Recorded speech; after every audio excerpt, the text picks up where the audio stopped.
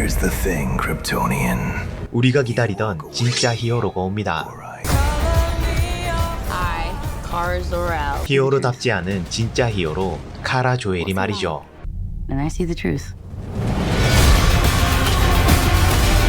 이번에 공개된 슈퍼걸을 보고 나서 이런 생각 드신 분들 많을 텐데요. 이게 정말 우리가 알던 슈퍼걸 맞아? 알코올 중독자의 분위기는 무겁고 배경은 왜 또 지구가 아니라 우주인 거지? 근데 이 영화 슈퍼걸을 이상하게 만든 게 아니라 처음으로 제대로 만든 작품일지도 모릅니다.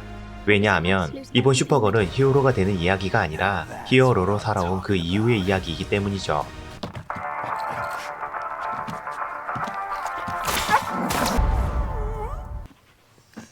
Good job, buddy. 카라 조엘은 자신의 23번째 생일을 맞아 크립토와 함께 은하계를 가로지르는 여행을 떠납니다. The 23 will be the best year yet. 오늘도 술에 취해 크립토에게 신세 한탄을 늘어놓던 그 순간 루시라는 한 소녀와 마주치게 되죠. I didn't know any of you were still alive. What was it like to lose everything in a day? 무법자 크렘에게 아무 이유도 없이 아버지를 잃은 소녀 루시. 그리고 이런 루시의 모습은 가족을 눈앞에서 잃었던 카라 자신의 과거와 너무나도 닮아 있었습니다. Okay, this does not look like this is gonna end well. 나 말고 For you guys. 너네 말이야. 그래서 슈퍼걸은 세상을 구하러 나서는 대신 이 소녀의 복수 여정에 동행하기로 하죠. Do others on your planet have powers like you? No, it's a pretty small group of two. 이 구조가 이번 영화의 핵심인데요. 그런데 여기서 이런 의문이 먼저 생기죠. 도대체 왜 슈퍼걸은 이렇게 지쳐있는 모습으로 영화가 시작되고 왜 이전 작품들처럼 정의를 외치지 않으며 왜 생일을 핑계삼아 우주를 떠돌고 있는 걸까요? 이걸 이해하려면 슈퍼걸 이전에 슈퍼맨부터 짚고 넘어가야 합니다. 슈퍼맨 역시 크립톤 행성 출신 외계인이었죠. 행성 멸망 직전 아버지 조엘은 아기 카레를 살리기 위해 머나먼 지구로 보냈습니다. 그렇게 도착한 지구에서 사랑받고 보호받으며 인간으로 성장했죠. 그래서 슈퍼맨에게 지구는 무언가 해야 하는 곳이 아닌 고향 그 자체였습니다. 반면 슈퍼걸 카라 조엘은 달랐는데요. 그녀는 어린 사촌동생 카레를 돌봐주라는 사명을 안고 지구로 보내졌고 크립톤의 멸망을 직접 목격했으며 가족을 잃은 기억을 모두 아는 채 지구에 도착했습니다. 하지만 너무 늦게 도착한 탓에 조카였던 슈퍼맨은 이미 보호가 필요 없는 존재가 되어 있었죠. 슈퍼맨은 지구에서 새로운 정체성을 얻었지만 슈퍼걸은 크립톤의 정체성을 끝내버리지 못했습니다. 그래서 이 둘에게 히어로란 의미는 서로 완전히 달랐는데요. 슈퍼맨에게 히어로는 현재 삶에 대한 연장선이었지만 슈퍼걸에게 히어로는 잃어버린 삶에 대한 보상에 가까웠죠. 이 차이가 두 캐릭터의 모든 선택을 갈라놓습니다. 그러면 여기서 또 하나의 질문이 생기죠. 슈퍼걸의 원래 설정은 이토록 비극적인데 왜 이전 슈퍼걸들은 50년 넘게 정의롭고 밝았을까요? 보통 이런 전개는 빌런이 되기 마련인데 말이죠. 이유는 생각보다 단순합니다. 그건 바로 영화의 배경이 항상 지구였기 때문인데요. 이전 작품 속 지구는 법과 제도가 작동했고 악은 있어도 히어로가 개입하면 세상이 나아지는 공간이었습니다. 선과 악의 경계가 명확했고 누군가를 구하면 그 선택이 틀렸다고 말하는 사람도 거의 없었죠. 게다가 슈퍼맨이 이미 그 길을 모두 닦아놓은 상태였습니다. 그래서 슈퍼걸에게 정의는 고민의 대상이 아니라 자연스러운 선택이었고 슈퍼맨은 경쟁자가 아닌 자신이 닮고 싶은 기준이었죠. 하지만 이번 영화의 슈퍼걸은 이 모든 단계를 이미 지나온 인물입니다. 지구에서 히어로로 살아봤으며 정의를 선택하는 삶도 살아봤죠. 그런데도 그녀는 지구를 떠납니다. 중요한 건 그 이유가 실패나 패배 때문이 아니라는 점인데요. 슈퍼걸은 슈퍼맨과 경쟁하지 않습니다. 대신 세상이 끊임없이 둘을 비교했죠. 왜 항상 슈퍼맨 다음이어야 하지? 본래 자신의 존재 이유는 슈퍼맨을 지키는 것이었는데 막상 지구에 도착해보니 슈퍼맨은 자신의 목표가 되어 있었습니다. 즉 자신의 역할과 목적이 사라져 버린 것이죠. 그래서 슈퍼걸은 슈퍼맨이 없는 공간, 그리고 비교가 없는 공간, 더 나아가 자기 기준을 만들 수 있는 곳, 바로 우주로 떠나게 됩니다. 지구에서는 히어로가 개입하면 더 나은 세상을 만들어갈 수 있었지만 우주에서는 누군가 개입한다고 해서 우주 전체를 바꿀 수는 없었죠. 그렇다 보니 이곳에서 슈퍼걸의 힘은 해결책이 아니라 오히려 자기 자신을 귀찮게 하는 부담이 되어 돌아옵니다. 슈퍼걸이 우주로 떠난 이유는 세상을 구하러 떠난 게 아니라 자기 자신을 확인하러 떠났기 때문이죠.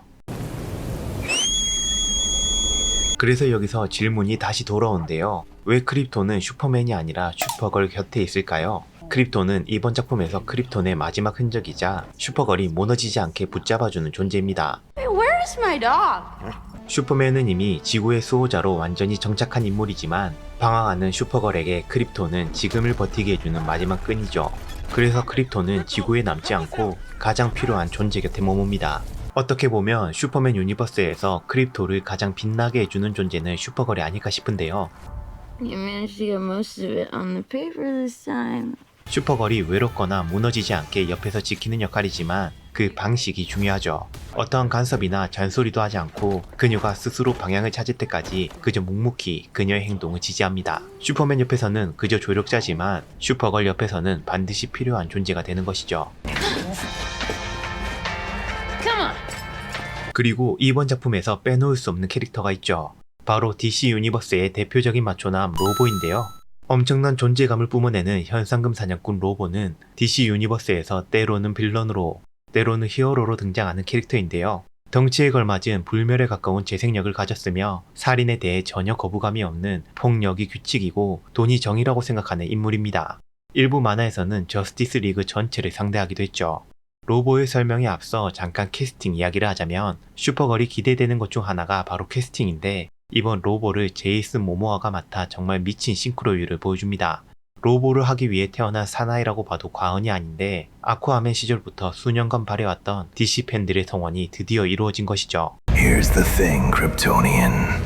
You walk away, or I collect. 다시 돌아와서 문제와 로보와 슈퍼걸은 이번 작품에서 크렘의 현상금 문제로 대립하게 됩니다. 둘 다 크렘이라는 공동의 적을 두고 있지만 생각하는 바가 많이 다른데요. 슈퍼걸은 루시의 동행자로서의 가치를 더 크게 둡니다. 힘을 쓰기 이전에 모든 선택은 루시의 판단에 맡기는 거죠. 힘을 써야 할 때 쓰긴 하지만 그 전에 먼저 해결할 수 있는 방법이 있는지 찾습니다. 하지만 로보는 이런 슈퍼걸의 논리를 이해하지 못합니다. 힘이 있으면 그냥 때려 부수고 잡으면 되는데 왜 그렇게 빙빙 돌아가느냐는 건데요.